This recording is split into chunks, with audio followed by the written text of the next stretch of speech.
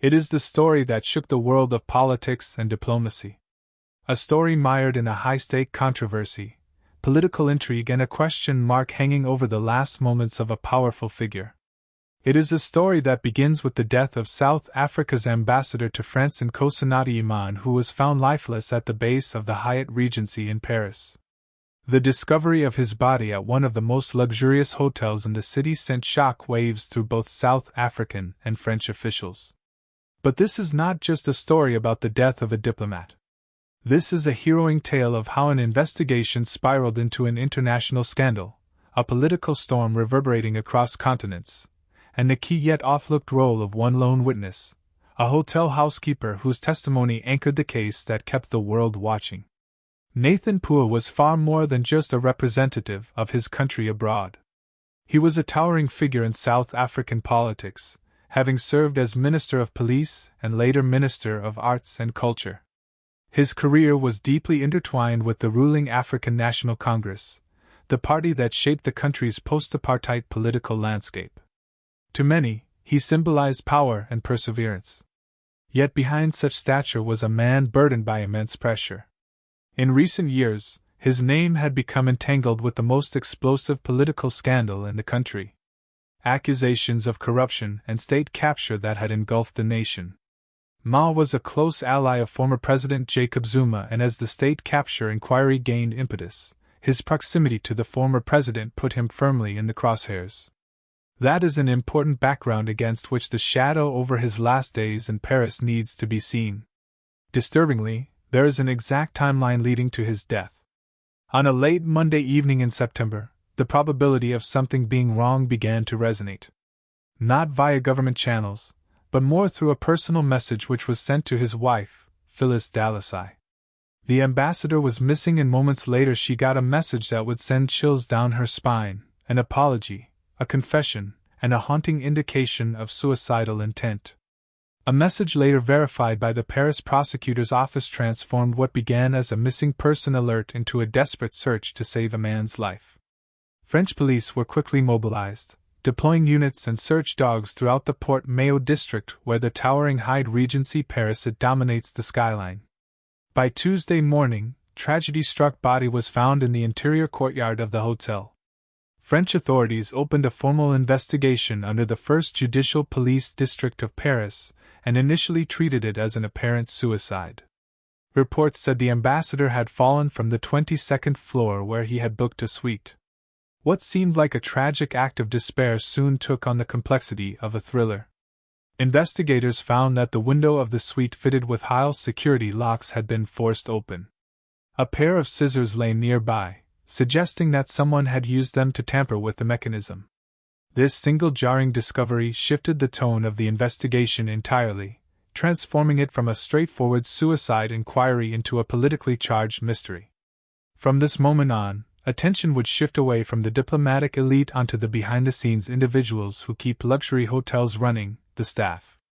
It was on the 22nd floor that the housekeeper became an unexpected central witness.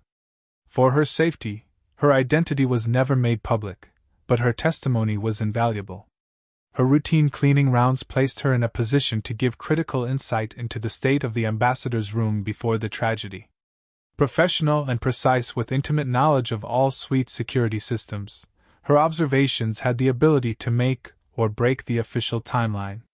She said that according to her last inspection, the room had been in perfect condition, the windows were securely locked, the suite immaculate, and there had been no signs of distress or intrusion. Her memory of that window, sealed and secure, would become one of the most key details of the entire investigation. She was repeatedly asked whether she saw anyone else near the suite, if the door was left ajar, or if she had noticed anything unusual. Each of her answers helped the police determine whether this incident was indeed a suicide or something far more sinister. The French prosecutors relied heavily upon her deposition. If her account confirmed that the window had not been tampered with prior to her viewing it, the conclusion would be patently obvious. The window had to have been forced open later from inside, most likely by Mua himself. But the very act of forcing open a secure hotel window with scissors brought into focus haunting questions. Was this an act of desperate intent, or a desperate attempt at escape. While the note he left with his wife spoke to mental anguish, the fact that the window was forced open did little but feed ambiguity into speculation that he might have been driven or pushed to a fatal end. But the political implications could not be wished away. The South African government, in deep sorrow, dispatched a team of 5 topmost investigators from the South African Police Service to Paris with immediate effect. This was no mere act of respect.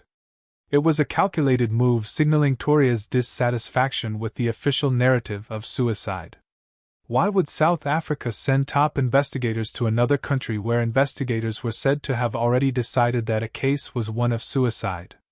The answer, many believed, was INA's political history.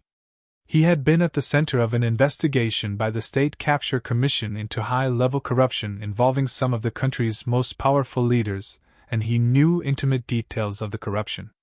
Rumors spread that he may have been preparing to reveal explosive information, or that he was under immense pressure from political forces determined to keep him silent. These suspicions notwithstanding, the forensic evidence initially suggested suicide. The room did not indicate a fight, and toxicology tests showed he had no drugs or sedatives in his system. Paris prosecutor Laura Bew publicly insisted on the same evidence that Mo's death was a suicide.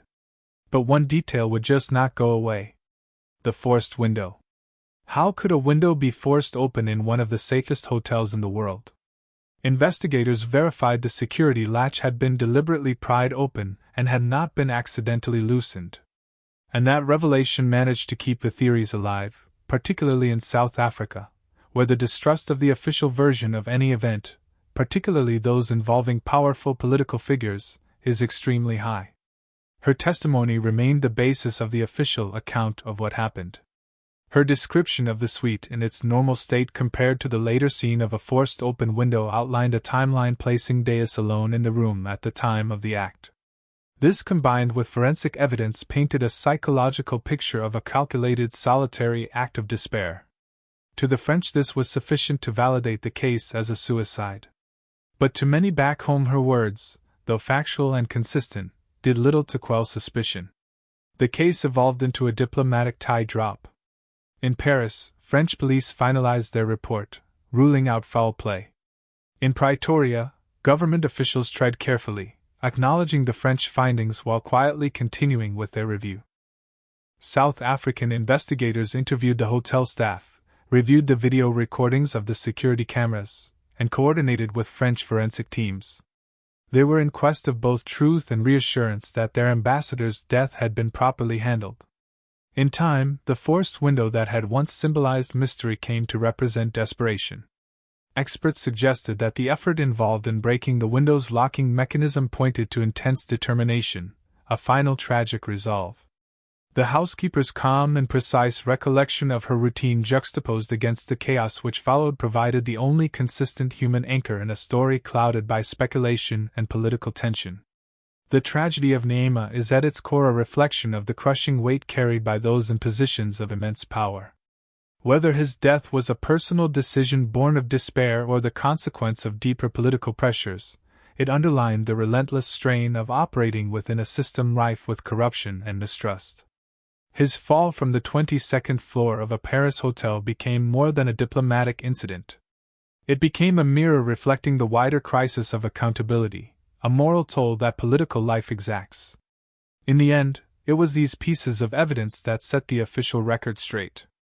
The disturbing message to the wife, the deliberate request for a high-floor room, the forced open window, and the lack of interference from the outside. The housekeeper's testimony was clinical, factual, and unwavering. It was the last missing link in the chain. Behind the locked door of room 2200, the ambassador's final moments were pieced together not by politicians or diplomats, but by the quiet, observant woman who cleaned his room.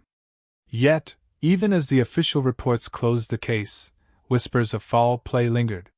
In South Africa, journalists and citizens alike believed that the truth was still to be found or carefully managed. The forced window, the scissors, and the timing of his message left too many questions unanswered for the story to easily rest. Yet in the eyes of the law, the conclusion was clear: that a tragedy of the ambassador's making. The legacy of Mthethwa remains tied to the testimony of the woman who, unbeknownst to herself, became the last witness to his final hours. Her observations anchored a case that might otherwise have unraveled into rumor and speculation. In the end, her professionalism and precision helped bring closure, even if not peace. This was not merely the end of a man's life, but the echo of a political era defined by secrecy, scandal, and sacrifice. As the world moved on, one truth remained. Behind the glamour of diplomacy and the corridors of power, sometimes the clearest answers come not from those in high office, but from those quietly observing in the background. Like, subscribe, and hit that notification bell for more deep dives into the shadows of power and tragedy.